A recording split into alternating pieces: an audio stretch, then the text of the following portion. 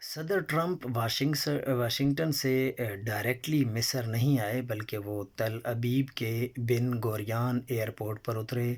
یروشلم میں اسرائیلی parliament Knesset سے خطاب کیا۔ اسرائیلی صدر نے ان کے لیے اعلیٰ ترین سویلین صدارتی تمغے اسرائیل میڈل کا اعلان کیا۔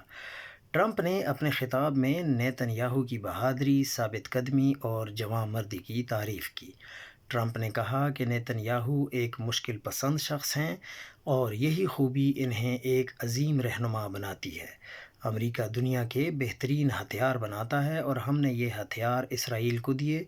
نیتن یاہو نے اکثر کہا، مجھے وہ ہتھیار بھی چاہیے، مجھے یہ بھی چاہیے۔ کچھ تو ایسے ہتھیاروں کے نام لیے جن کے بارے میں ڈونلڈ ٹرمپ نے کہا کہ مجھے بھی علم نہیں تھا کہ یہ ہم نے بنائے ہیں۔ امریکہ نے 2 برس کے دوران غزہ کو ملیامیٹ کرنے کے لیے 21 ارب ڈالر کے ہتھیار فراہم کیے۔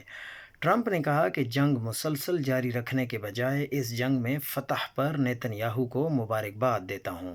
تاریخ انہیں اس وجہ سے یاد رکھے گی، مگر عالمی رائے عامہ بھی اسرائیل کو خیال کرنا ہے۔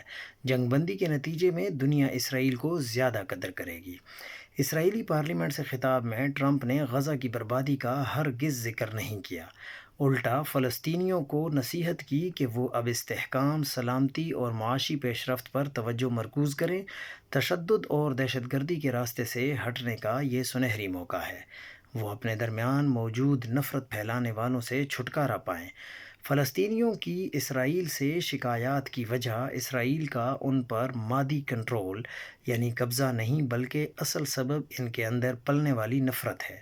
اتنی ہلاکتوں اور سختیوں کے بعد اب وہ اسرائیل کو چیرنے پھاڑنے کا خیال چھوڑ کر اپنی تعمیر نو پر توجہ دیں۔ پوری تقریر میں 2 ریاستی حل کے لیے ایک جملہ تک نہیں تھا۔ غالباً امن سمجھوتے کے مسودے کی طرح ٹرمپ کی تقریر کا مسودہ بھی نیتن یاہو کے دفتر میں تیار ہوا تھا۔